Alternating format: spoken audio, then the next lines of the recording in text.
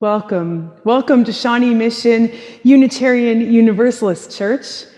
I am Rev.Lane Campbell, and I currently serve the First Universalist Church of Rochester, New York, but my intern ministry took place at SMUUCh, and I have a deep love in my heart for this community. Whoever you are welcome here. Wherever you come from, you are welcome here. Whomever you love, you are welcome here. However lovable and unlovable you feel, you are welcome here. All of you is welcome here into this sacred space. It is good. It is good. It is good to be together this morning. Our call to worship this morning comes from Reverend Teresa Inez Soto, words from their new meditation manual, Spilling the Light. And these words, we hold hope close. In this community, we hold hope close. We don't always know what comes next, but that cannot dissuade us. We don't always know just what to do, but that will not mean that we are lost in the wilderness.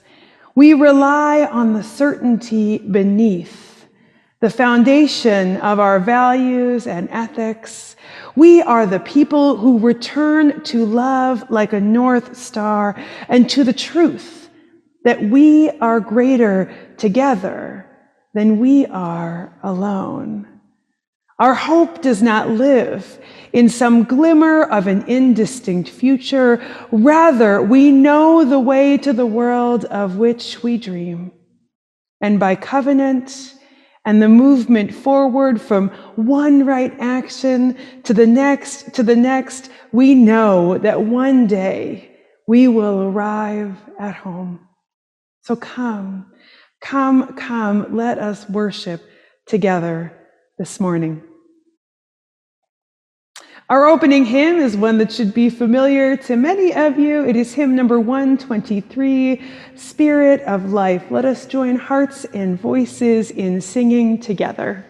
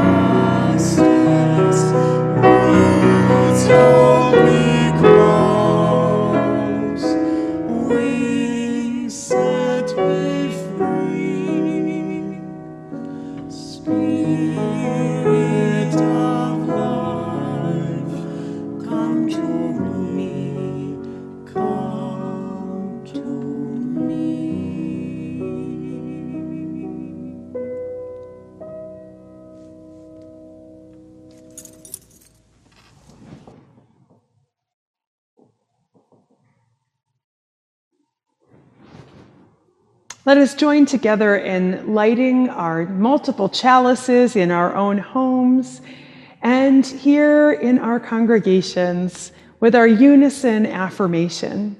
You may notice that the words here may be a little bit different from the ones you all say on Sunday morning at SMUUCh, as this is the affirmation from the First Universalist Church. So let us say these sacred words together. Love is the doctrine of this church. The quest for truth is its sacrament, and service is its prayer. To dwell together in peace, to seek knowledge in freedom, to serve humanity in fellowship, to the end that all souls shall grow into harmony with the source and the meaning of life. Thus do we covenant with each other and with all.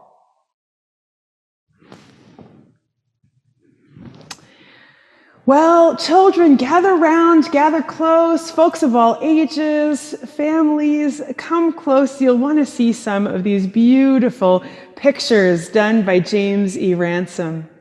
Our story this morning is Visiting Day by Jacqueline Woodson. It's one of my favorite stories, and it's one that always makes me cry. Only on Visiting Day is there chicken frying in the kitchen at 6 a.m. and Grandma humming soft and low, smiling her secret just for Daddy and me smile. And me lying in bed, smiling my just for Grandma and Daddy smile. And maybe Daddy is already up, brushing his teeth, combing his hair back, saying, yeah, that pretty little girl of mine is coming today, with all the men around him looking on jealous-like, because they wish they had a little girl of their own coming. Only on Visiting Day does Mrs. Tate come over when the sky is still pink, heavy with presents for her son, Thomas, saying, please, can you take these with you? And Grandma taking the presents from Mrs. Tate's arms, shooting me that look that says, you better not make a sound about Mrs. Tate not having money to take the bus up there to see her only son. And I sit quiet, respectful. Only on Visiting Day do I stand patiently at the bus stop, holding tight to Grandma's hand until everybody's inside. And we're all passing around fried chicken, cornbread, thick slices of sweet potato pie until maybe we think we're going to pop. But instead, I go to sleep and don't wake up again until the bus pulls up in front of the big old building where, as Grandma puts it, Daddy is doing a little time. And only on Visiting Day do I get to tell Daddy everything that has happened over the month while I sit in his lap and he pulls on my braids, smiling his big, me and Grandma have been gone forever smile, laughing his big laugh, showing me and Grandma off to his friends, pressing peppermints into my hand and kisses against Grandma's cheek. Grandma says, it's not going to forever be like this. She says, one day we'll be able to wake up and have Daddy right there in our house again. And we won't have to take long bus rides once a month and walk home from the bus stop hand in hand, feeling a little sad, already starting to miss Daddy. Grandma says all it takes is time, a little time. And while we're holding out, waiting for Daddy to come home, we can count our blessings and love each other up and make biscuits and cakes and pretty pictures to send to Daddy. And in the early evening, if it's a little chilly outside, we can sit out back, bundled up in blankets, and make each other laugh as we make big plans for when Daddy comes home again.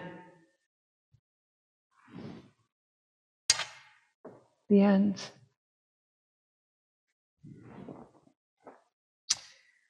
I feel like that story is one that just speaks to losses that too many children have to endure and are asked and forced to go through.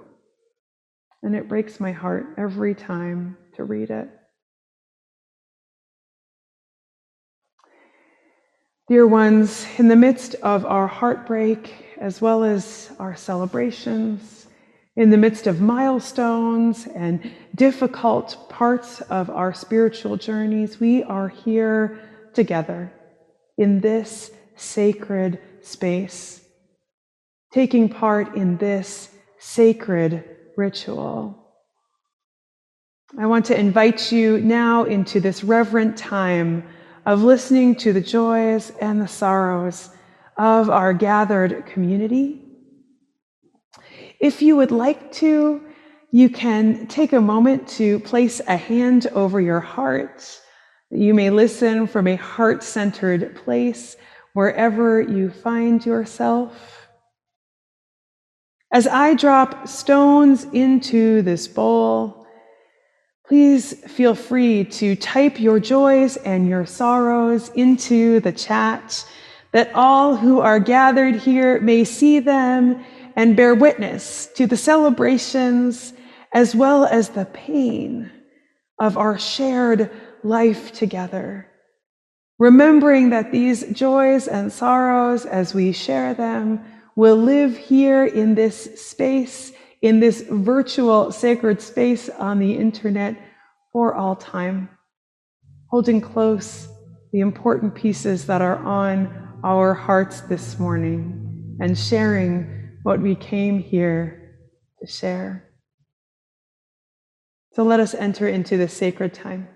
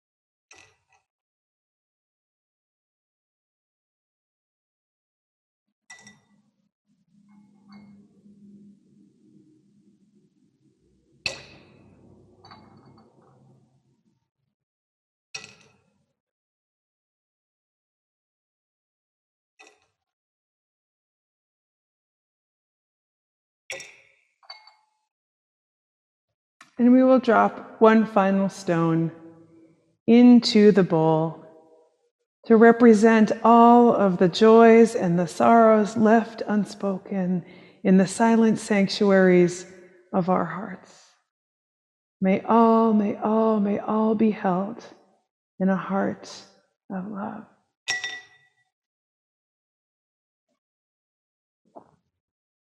Dear ones, will you take a moment to pray with me? Center yourselves. Get comfortable in your chair, on your couch, wherever you are.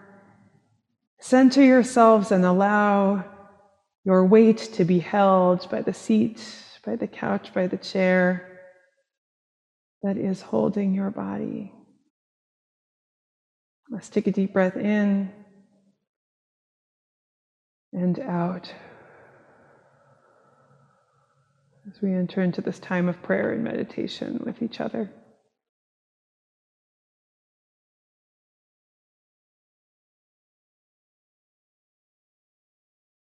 Each one of us here, a teacher. Each one of us has been taught, whether in formal schooling, in our families, in the media we imbibe, or in the relationships we hold. This morning, we honor the teachers. We honor the ways we are constantly learning. Bring into your mind's eye someone who has taught you, a teacher, a family member, a friend, even someone who held up a mirror in an uncomfortable way. Bring them to mind now. Hold their image in your head. Pause to consider what knowledge they passed along, how they taught, who they were, who might have taught and supported them. Pause to consider the impact they have had in your life, ways their words and their actions echoed in your mind, how their care helped you, the things they equipped you to do in later moments. Let us pause now and consider these things.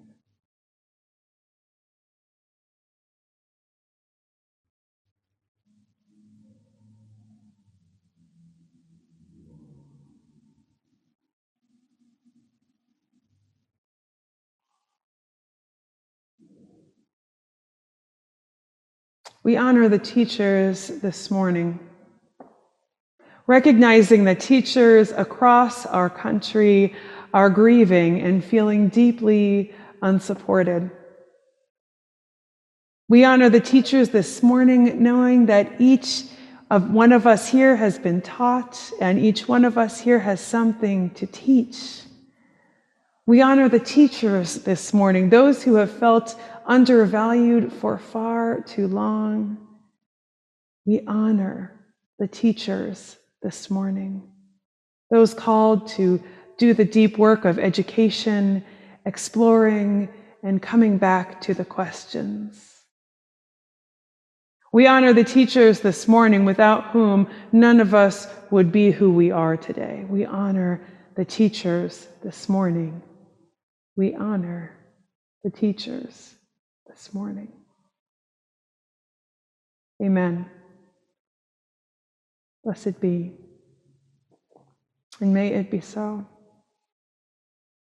And dear ones, as we enter into a time of shared silence together, let us bring to mind and heart those who taught us.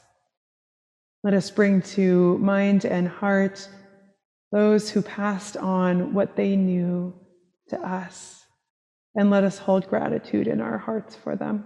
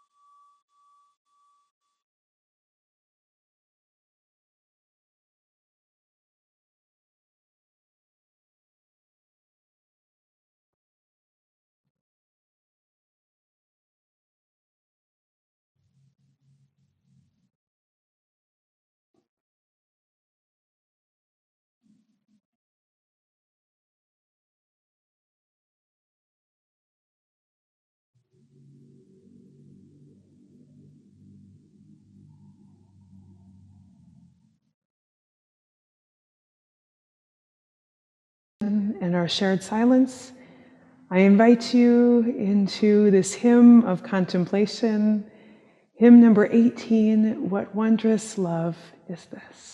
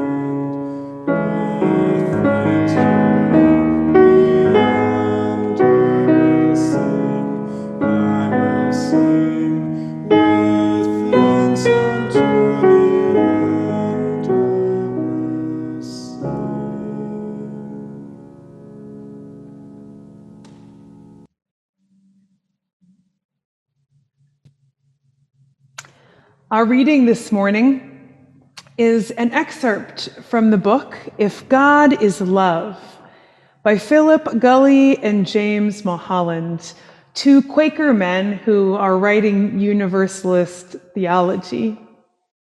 They write, in the United States, religious affiliation became more than a good wager. It paid a good wage. Politicians knew their election required church membership. Businessmen attended worship as an act of civic duty. Being religious was necessary to climb the ladder of success. The rewards of faithfulness were tangible. This marriage of religion and economics led to the development of prosperity theology. This theology not only recognized human self-interest, it sanctified it. Mansions in this life and the next became the reward for faithfulness. The prosperous and healthy were God's favorites, and the poor and sick were to blame for their misery. If you were poor and sick, prosperity preachers promised 100-fold increase on any donation sent to their ministries. They offered themselves as proof of prosperity, even as they begged for money. Religion became nothing more than a get-rich-quick scheme. Though I rejected more blatant manifestations of this reward-based theology, I was hardly immune to the enticement of heavenly prizes. I believed there was a direct correlation between my behavior and God's favor, and enthusiastically set out to earn God's blessing and to help others do the same. As a young pastor, I was asked to lead a midweek children's program that had about 15 children attending. Dissatisfied with such low participation, I developed a system modeled after one from my own childhood, whereby children could earn points for attendance, memorizing Bible verses, inviting friends, and completing projects. They lost points for bad behavior. When they had accumulated enough points, they could turn them in for prizes. We soon had as many as 100 children coming on Wednesday nights. Since this approach was working, I seldom questioned whether it was healthy. By this time, I had largely rejected fear as a ministry tool, but I was more than willing to build a religious program based on reward. Since this approach works, many don't question rewards-based theology. Proponents make the same kind of justifications that many used for fear-based theology. The ends justify the means. So what if people are coming to church initially because we offer the best daycare, aerobics classes, and youth ski trips, if in the process they hear the gospel of Jesus Christ? Having made such arguments, I know their attraction. Unfortunately, in the end, churches begin to look and act like malls, and church members are trained to be consumers of religious products. Only slowly did it occur to me that manipulating people with rewards is as inappropriate as preying on their fears. My children's program, although never frightening the kids, offered another skewed view of relationship with God. I exposed rewards-based theology from which I was operating. Religion was about winning prizes. When we present salvation and faithfulness in these terms, we reduce them to acts of selfishness. The Trappist monk and author Thomas Merton said to consider persons and events and situations only in light of their effect on myself is to live at the doorstep of hell. Today, I realize just how harmful such theology is to genuine relationship. A fear-based theology justifies a God who can be abusive. Rewards-based theology creates religious gold diggers, people in relationship for the wrong reasons. Believing in God's desire to save every person challenged my need to compete with others for some heavenly prize. It allowed me to approach God with gratitude rather than greed. Grace allowed me to move beyond punishment and reward. Therein ends our reading this morning.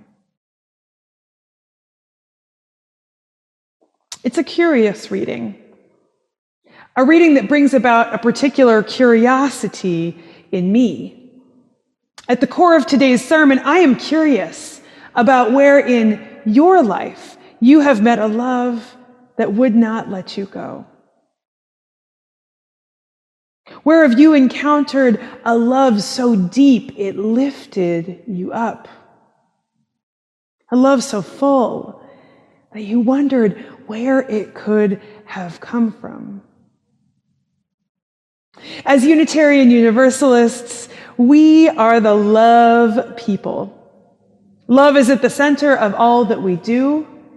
It is a part of our lives that is almost indescribable, yet love catches in your throats in the moments when we are moved by it.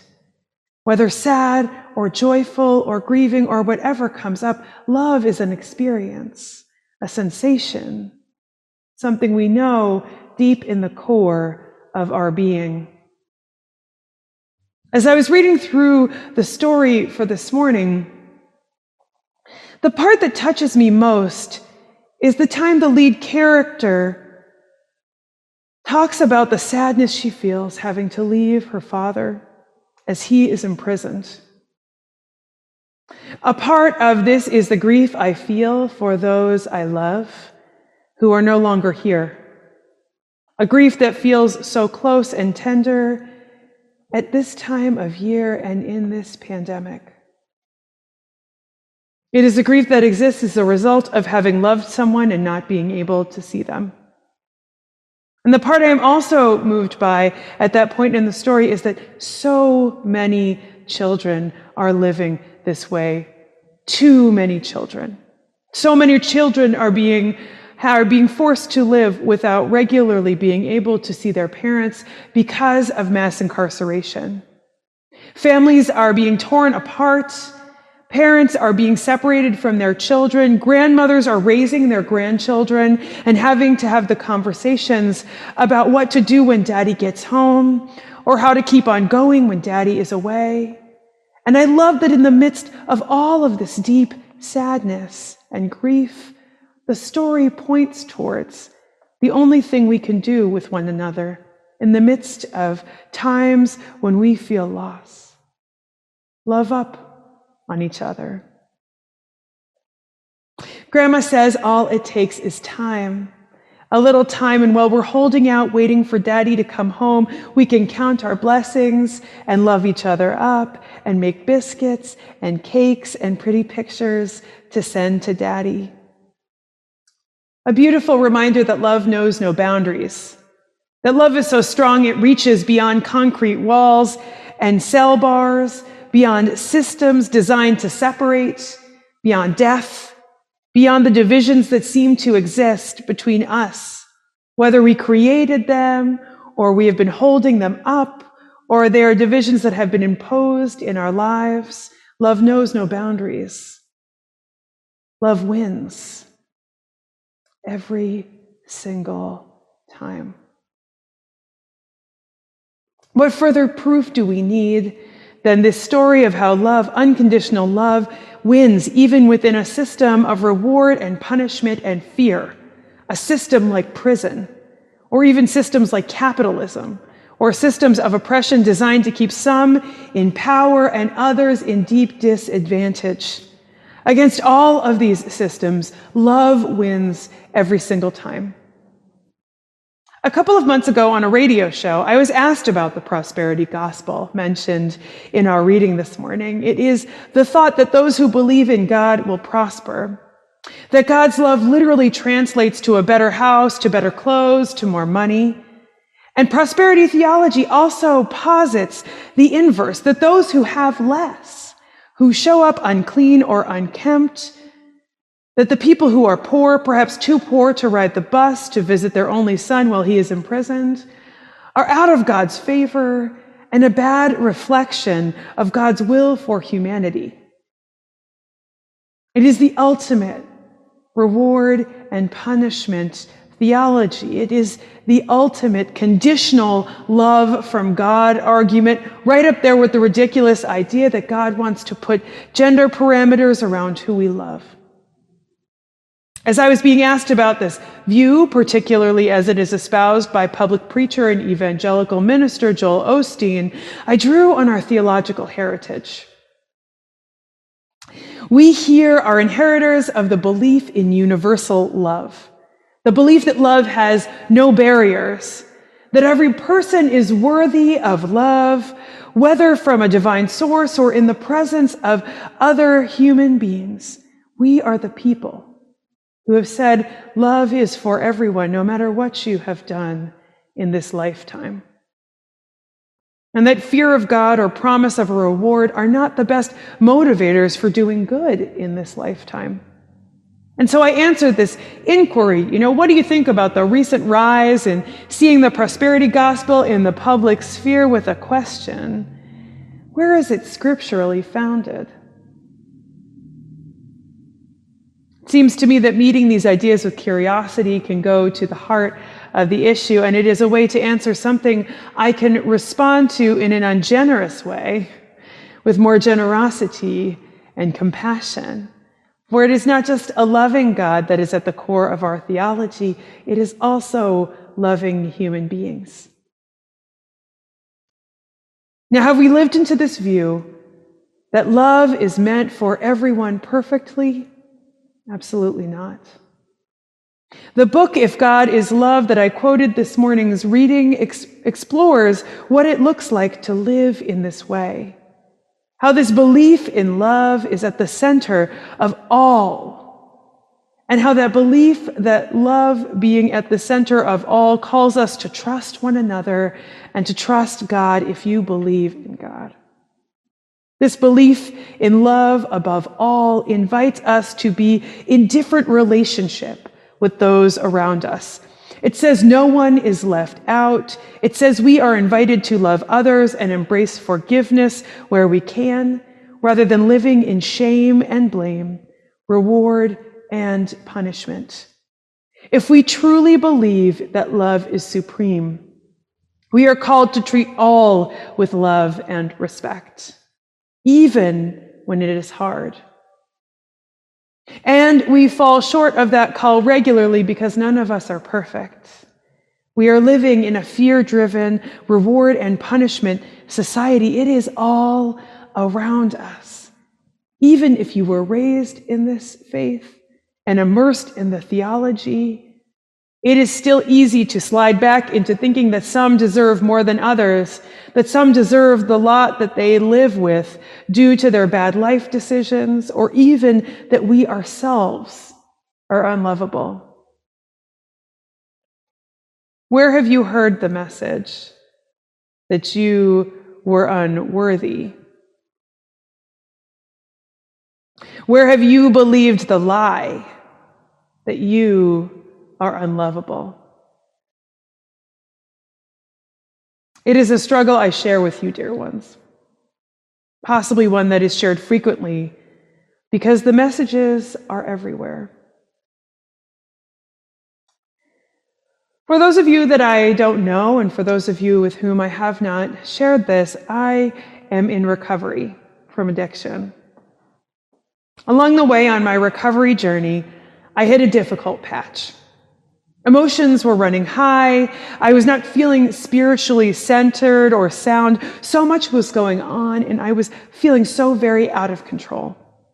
I had had a relapse, meaning I was back in my addiction, and in the midst of it all, I felt I had let down the people around me as well as my higher power. I had done all this work to build relationship back up, to come out of isolation, to make amends to the people I had hurt, to attempt to live in right relationship with those around me and with a higher power of my understanding. As I came to terms with the fact that I had had a relapse, I began to believe that this meant all of the work that had been done was for nothing. The disease of addiction, for those of us who live with it, would tell me that all was lost. That if I told people what had happened, they would not respect me, that they would not know what to do with me, that they might even stop loving me. It was the ultimate reward and punishment scenario. I would be rewarded if I stayed good and sober, and I felt isolated and beyond help and unworthy when I was not. Out of some sort of miracle, and we certainly do need those miracles every now and again, I decided to reach out to someone in my recovery program whom I knew had strong recovery for some help. I was not going to face this alone. She helped me to see that, yes, in fact, this was a relapse, and she invited me to get quiet for an hour that evening with my higher power, to just get honest and to seek guidance for what to do next. I took her advice and got quiet later in the day for an hour, and you would not believe what I received. Now, from the outset, I want you to know that I am a skeptic and a lover of certainty. This is the Unitarian in me, the person who was raised in a congregation with many reason-based, science-loving atheists who was taught to question and to be curious about our beliefs. But I sat there that evening, and an instinct was put on my heart. A sensation came over me in the midst of a moment where I was completely open, where I knew that if I was not honest, I might just be back in my addiction again. And the sensation, the message I heard through my own intuition and my instinct was, you are loved. I have always loved you. You are loved. I have always loved you. Up until this point, I had believed that what I had done placed me somehow beyond the love of others. It was a profound spiritual experience, defining for me in relationship with a power greater than myself and in relationship with others, a call to be self-compassionate, a call to love others as I am loved. I wonder if the father in our story has struggled to know whether he is loved. I wonder how many people in our community have struggled to know whether or not they are loved as they are incarcerated or isolated in addiction or living with mental illness or undervalued in their work or just in the midst of a very large or even a very small mistake. I wonder if you have ever believed you were beyond the love of others or even the love of God because of something you have said or done. It is a deep, difficult place to be in. Our hymn this morning calls it sinking down beneath my sorrow's ground, right? When I was sinking down, sinking down, sinking down. When I was sinking down, sinking down. When I was sinking down beneath my sorrow's ground, friends to me gathered round. Oh, my soul, friends to me gathered round. Oh, my soul.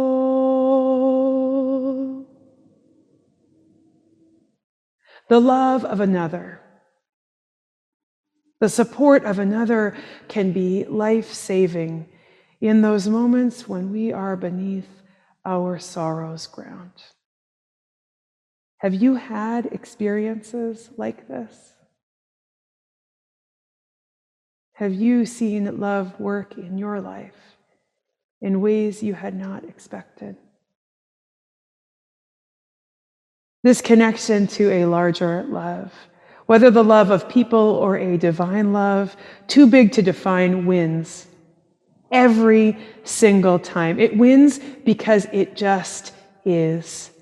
Love wins if we let it in, and letting love in is a choice we live with every single day. We have the option to shut love out, to isolate, to choose the voice inside that would tell us we are beyond help or even beyond being loved.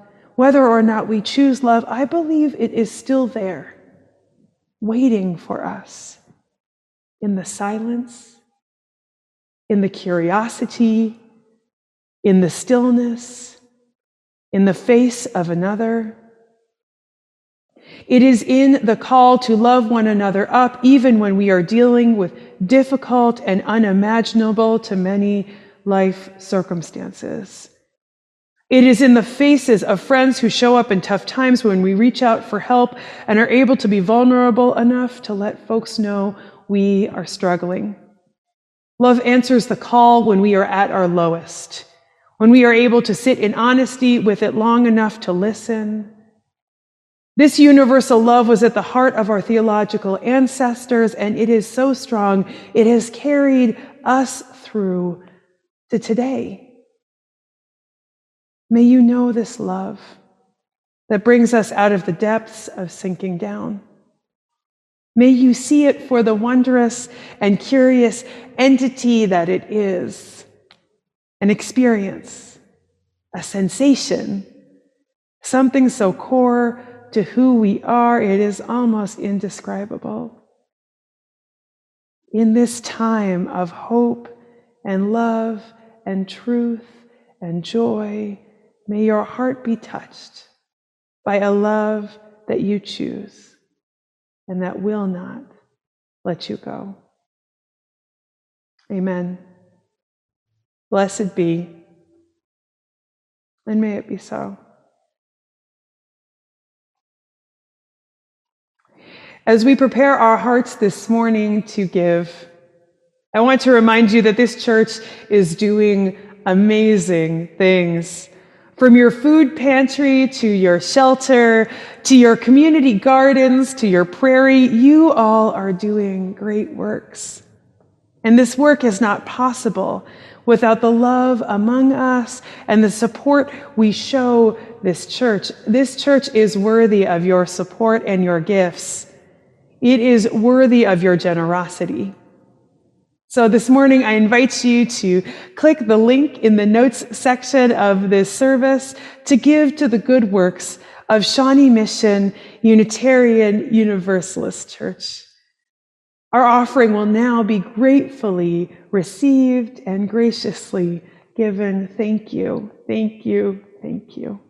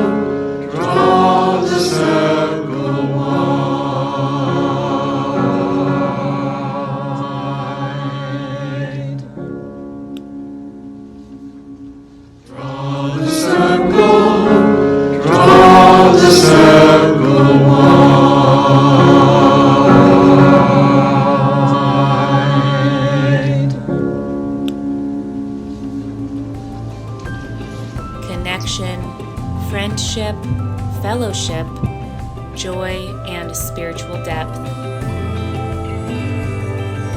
The Stewardship Committee invites you to be part of the rejuvenation of our church in the coming year through our Dandelion Stewardship Drive. Thanks to your contributions, we'll be able to promote our programs such as a rich children's ministry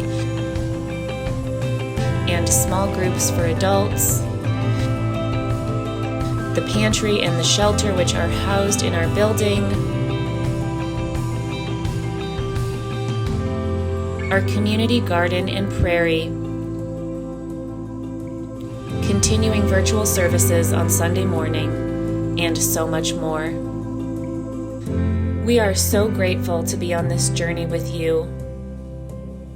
Grateful for your help as we continue to support each other, grow together, and plant the seeds of a new world.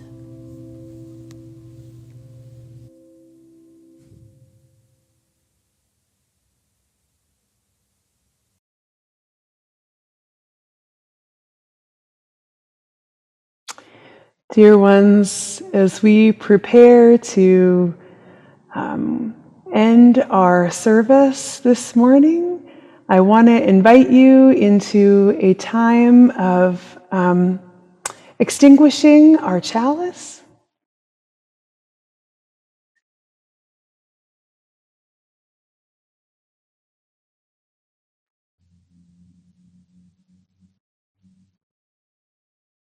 So let us read these chalice extinguishing words together.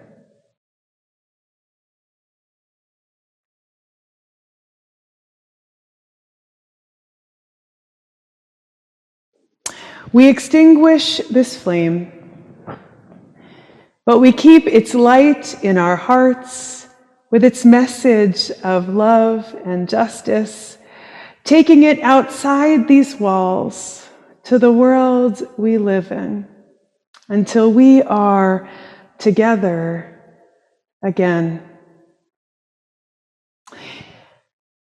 Dear ones, as we come to our closing hymn, let us sing together hymn number 18 again. What wondrous love is this?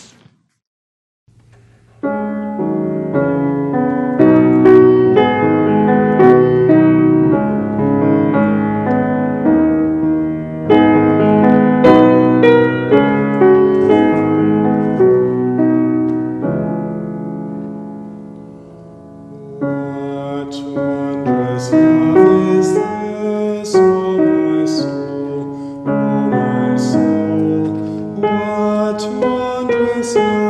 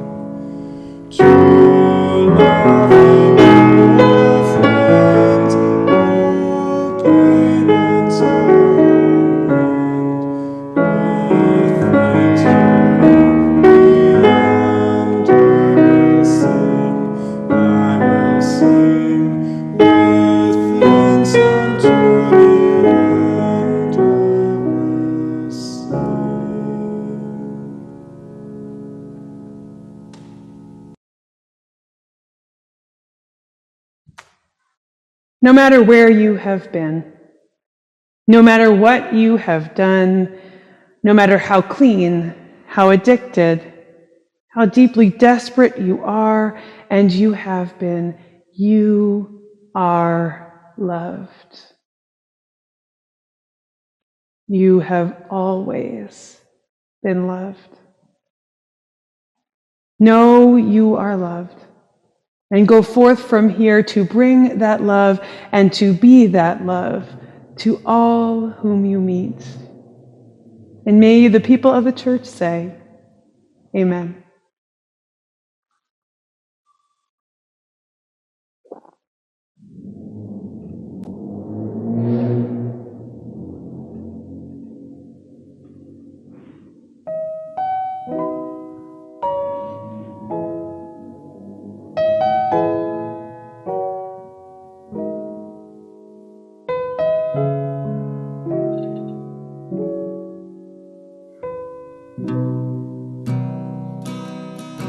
We will not stop singing. We will not stop singing. We will not stop singing till the world can hear the song, till the world can sing along. We will not stop marching. We will not stop marching. We will not stop marching till the world can hear the song, till the world can sing along. Till the world can sing, till the world can sing, till the world can sing along. Till the world can sing, till the world can sing, till the world can sing along. We will not stop praying. We will not stop praying. We will not stop praying till we all can get along, till the world can sing our song. We will not stop shouting. We will not stop shouting. We will not stop shouting. Shouting right from wrong till the world can sing our song. Till the world can sing, till the world can sing, till the world can sing along. Till the world can sing, till the world can sing, till the world can sing along. We will not stop singing. We will not stop singing. We will not stop singing till the world can hear our song, till the